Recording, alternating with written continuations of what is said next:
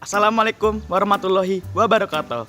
Halo teman-teman, kenalin nama aku Muhammad Krisna Duta Wiryawan, NIM 230101191301110. Aku mahasiswa peternakan Undip angkatan 2019. Jadi, hari ini aku bakal melakukan praktikum produksi ternak unggas, materi organ eksterior dan interior pada unggas. Stay tune ya. Halo teman-teman, pada bagian ini saya akan menjelaskan dua bagian penting pada ayam kampung, yaitu bagian eksterior dan bagian interior. Jadi tetap stay tune ya teman-teman.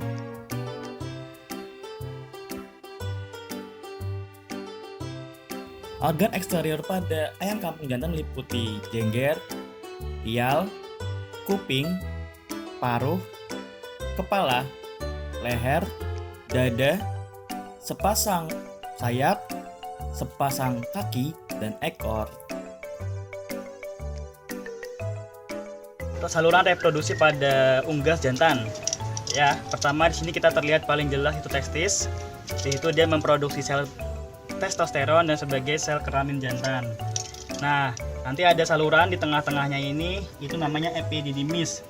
Saluran yang melekat pada testis, yang berjumlah sepasang, yang memiliki fungsi sebagai alat transportasi, pengatur konsentrasi, meturasi sperma, dan tempat penyimpanan sementara. Nanti setelah epididymis itu ada saluran di sini yang menempel karena tidak bisa diambil. Itu namanya vas deferens. Vas deferens itu saluran yang diawali oleh epididymis menuju organ papila. Nah, nanti dari vas deferens ini dia akan menyambung ke papila sebagai organ untuk pengeluaran sperma dan urin.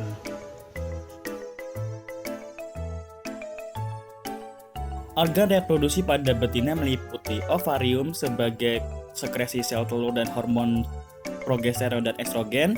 Kedua, ada oviduk yang meliputi infundibulum, magnum, dan isthmus.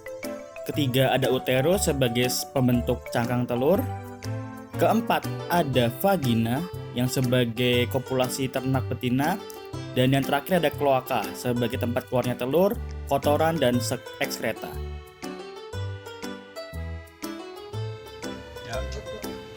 Organ sekresi di sini ada dua buah ginjal.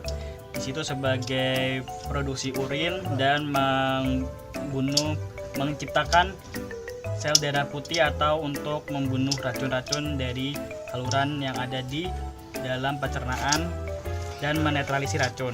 Nah, nanti setelah itu dia akan masuk ke dalam saluran yang menuju ke dalam papila dan selanjutnya akan dikeluarkan melalui papila dengan hasil urin.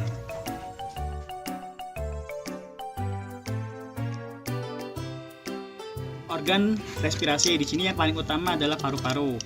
Nah, di sini juga ada laring yang merupakan saluran yang menghubungkan antara hidung ke dalam paru-paru. Nah, di sini paru-paru berfungsi sebagai tempat pertukaran antara oksigen dengan karbon dioksida.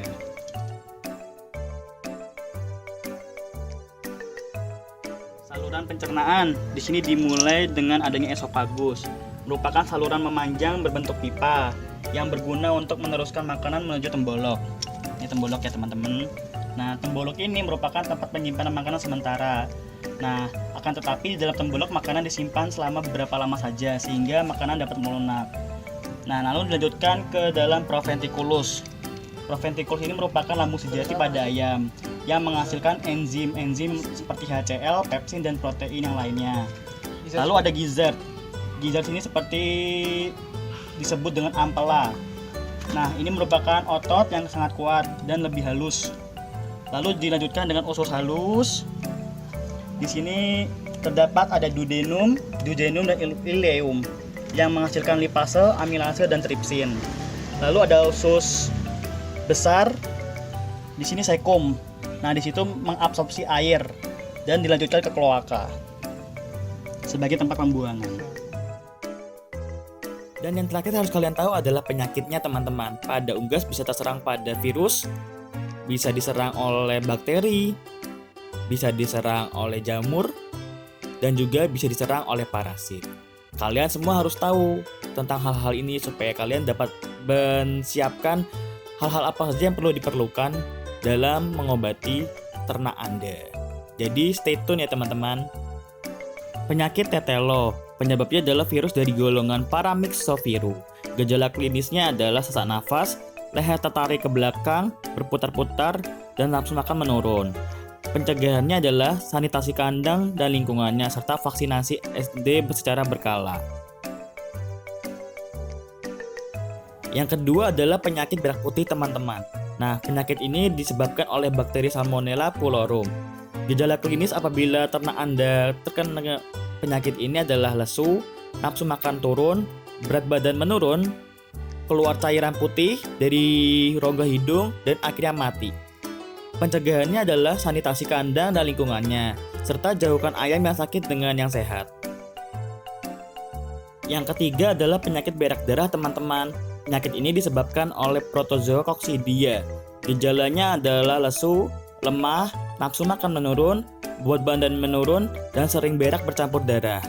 Pencegahannya adalah sanitasi kandang dan lingkungannya, serta jauhkan ayam yang sakit dengan kelompok yang sehat ya teman-teman.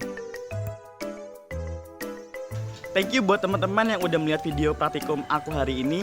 Buat kalian yang suka dengan video ini, jangan lupa like, subscribe, dan komen buat perkembangan channel ini untuk kebaikan mahasiswa peternakan di Indonesia. Akhir kata, wassalamualaikum warahmatullahi wabarakatuh.